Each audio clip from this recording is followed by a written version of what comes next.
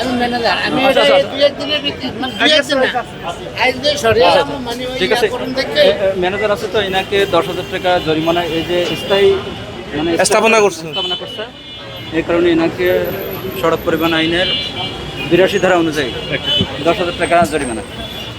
ঠিক আছে, যদি ওনাতে না দিতে পারে ওনাকে কারাদণ্ড 10 দিন 10,000 টাকা জরিমানা। এই থানাবাড়িকে স্যার স্যার আমার একটা কথা শুনুন স্যার থানাবাড়ি আছেন স্যার আমার একটা কথা শুনুন না কথাটা যদি না শুনুন তাহলে স্যার আমরা আবার কিছু বুঝতাম না বলেন এটা আপনাকে নোটিশ করা হয়েছে? জি?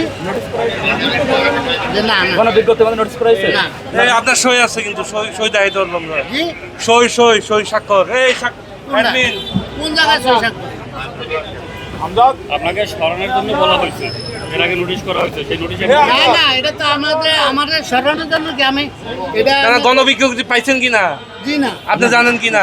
না আমার এটাতে এই অ্যাডমিন কই এই ওনার সই করা কাগজ কই? আমি বলি গত পরশু এটা ওই দিন তুফান ছিল উপরে তো পড়ে গেছে যার জন্য এনে রাখা হয়েছে রাখছি 2 দিনের জন্য আজ 2 দিন 3 দিনও হয় নাই এটা আমরা সরিয়ে এলামও এটা বিক্রির জন্য ইয়া করছি ওই দিন বাঙ্গাতে ওরা আসছে আমরা ওগুলো সিঁড়িটা বাড়তে কেন? সিঁড়িটা বাড়তি এটার জন্য বলতে পারেন সিঁড়িটা বাড়তি তো আমরা এটা তো আমরা এখানে স্থায়ীভাবে রাখি নাই বাড়তি করতে পারেন কি? না এটা পারি নাই কিন্তু আমরা তো এটা সরিয়ে এলামও এটা তো আমরা এটা অনস্থায়ী রাখছি অস্থায়ী ভাবে এটা 2 দিনের জন্য রাখা হয়েছে আপনি সিঁড়ি এটা তো দুর্ঘটনার সম্মুখীন হবে দেখে তো এটার একটু বাইন্দা রাখছে মানে 2-1 দিনের জন্য আপনারা কথাটা বুঝতেছেন না আমি কি বলবো?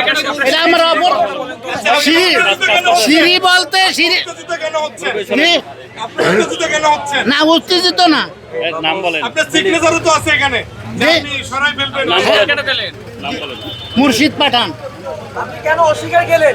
কোনটা আমি অস্বীকার যাই নাই তো তাদেরকে জানানো হয়নি কিন্তু কেন আপনি বাবার নাম, না আমি আমার বিজ্ঞপ্তি দেয় নাই আমি বিজ্ঞপ্তি পাই নাই আমার নাম মিলিত খলিলুর রহমান পাঠান তাহলে যে আপনি যে গণবিজ্ঞপ্তিতে যে সিগনেচার দিয়েছেন সেটা কি আপনি না এটা আমার সিগনেচার না আপনার দোকানের সিগনেচারটা কাটতে হবে? এটা আমার দোকানের সিগনেচার না আমি কোনো ফর্ম পাই না কোনো ইনফর্ম পাই নাই দোকানের নাম কি?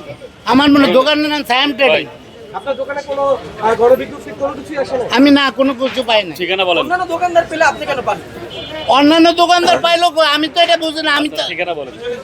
ঠিক আছে ঠিকানা ওকে ওকে মিরপুর 1 নম্বর চলমান প্রক্রিয়া মাননীয় কমিশনার মহোদয়ের নির্দেশনা ক্রমে আমরা বরাবরের মতোই সনি রাইনখোলা এবং আপনার ওই যে 2 নম্বর এই এলাকাগুলোতে আমরা আজকে অভিযান পরিচালনা করতেছি। আমাদের সাথে এসি পেট্রোল আছেন, মূলত তাদের কাজের সহযোগিতা আমরা করছি।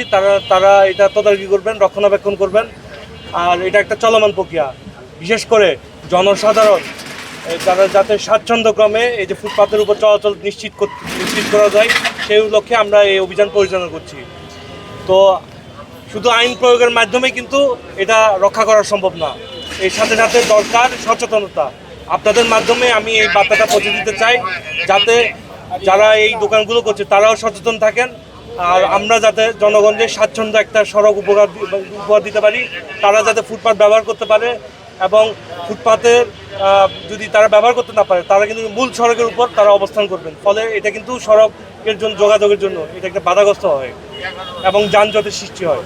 তো সুতরাং আমরা আশা করব যে নগরবাসীর সুবিধার জন্য এই অভিযান অব্যাহত থাকবে এবং আপনাদের সহযোগিতা এবং জনগণের স্বাভাবিক সহযোগিতা আমরা পাবো, সেটা আমরা আশা ব্যক্ত করছি। এই পরবর্তীতে সকালে আপনাদের নোটিশ পাওয়ার পর বাজারগুলো সরে গেছে বা অনেকেই গুটিয়ে গেছে, এমনকি আমরা দেখেছি যে এখানে মাছের বাজার আপনারা যখন অভিযান আমরা এর পর্বে আবার ওখানে যাব, এটার মনিটরিং করবো, তদারকি করবো। এই মনিটরিং করার জন্য আমাদের সাথে আছেন পেট্রোল ইন্সপেক্টর আছেন, এসি পেট্রোল আছেন, তারা এটা তদারকি করবেন এর পরবর্তীতে।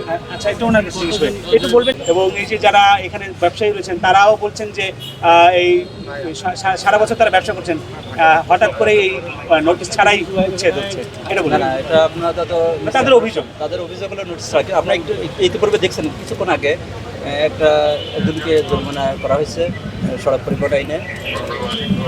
তো দেখা যাচ্ছে উনি অস্বীকার করছেন যে উনি নোটিশ জানে না, কিন্তু তারপরে দেখা যাচ্ছে ওনাকে যখন সিগনেচার সম্বলিত কাগজটা দেখানো হয়েছে তখন উনি স্বীকার করছে যে এটা আমার সিগনেচার।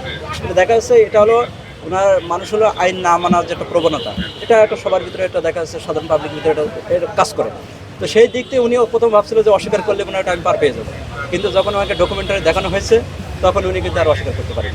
আমরা এই কিছুক্ষণ আগে আমরা উচ্ছেদ অভিযান শুরু করছি, পরে দেখা যায় 2 জনকে আমরা শাস্তির আওতায় নিয়ে আসছি, 2 জনকে জরিমানা করা হয়েছে, তাদের নিয়মিত মামলা করে জরিমানা করা হয়েছে। আর সবচেয়ে বড় কথা হলো আপনাদের মাধ্যমে যদি এই সচেতনতা আরও বৃদ্ধি করা যায়, যে আমাদের এই অভিযানটা যদি চলমান থাকবে এবং আপনারা মিডিয়া যতভাবে সুন্দরভাবে উপস্থাপন করবেন, পাবলিকদের অ্যাওয়ারনেস যেটা তৈরি করার দরকার সেটা যদি আপনারা তৈরি করেন, তাহলে মনে হয় যে এই ফুটপাত যে দখল উচ্ছেদ অভিযানটা আরও সুন্দর হবে এবং জনগণের চলাচলের পথটা আরও সুন্দর সুগম।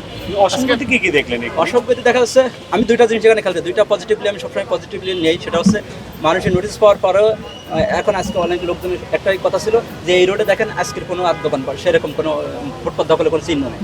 তাই এটা মনে হয়েছে যে মানুষ আইন মানতে চায়, কিন্তু হয়তো বিভিন্ন কারণে আবার সেটা আবার ফুটপাত দখল করে।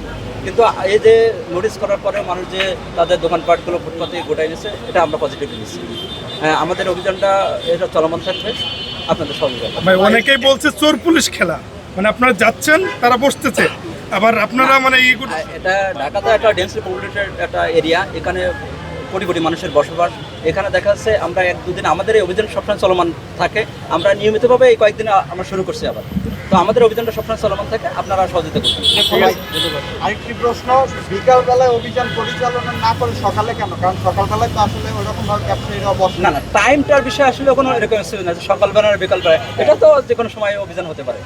আমরা দেখছি না, আমরা বিভিন্ন অভিযান পরিচালনা করতে গিয়ে আমরা অনেক জিনিস জব্দ করছি, তারপর অনেকে শাস্তির আওতা নিয়ে আসছি।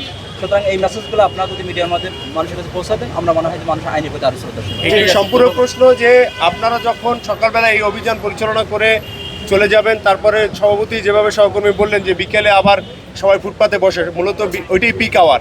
একই সঙ্গে স্থানীয় প্রশাসনকে আপনারা নির্দেশন দিয়ে গেছেন তারা পেট্রোলিং করবে, কিন্তু সেই পেট্রোলিংটা যথাযথ হয় না বিদেই ফুটপাত আবারও আগের অবস্থায় ফিরে যায়। সেই ব্যাপারে আপনাদের কোনো জোরালো নির্দেশনা আছে কিনা? আচ্ছা, আপনার মেসেজটা হচ্ছে আমরা যদি টাইমটা শিডিউলটা চেঞ্জ করি, বিকালবেলা এটা করি, আপনাদের এই বিষয়টা আমরা বিবেচনা রাখলাম। আমরা নেক্সট টাইম যে অভিযান শুধু সেইটাই না, নিয়মিত লোকাল পেট্রোলিং মানে স্থানীয় থানার নিয়মিত পেট্রোলিংটা আরও বেশি কার্যকর করার ব্যাপারে কোনো আমাদের অবশ্যই নির্দেশনা থাকে, আমাদের এসি পেট্রোল যিনি থাকে বা এখানে ট্রাফিকের যে আমরা নির্দেশনাগুলো থাকে, আমরা এটা মনিটরিং করার জন্য আমরা একটা অবজারভেশন রাখছি যে কোন কোন হোটেলগুলো বা কোন কোন দোকানপাটগুলো আবার এই নিয়ম লঙ্ঘনের কাজে তারা জড়িত আছে।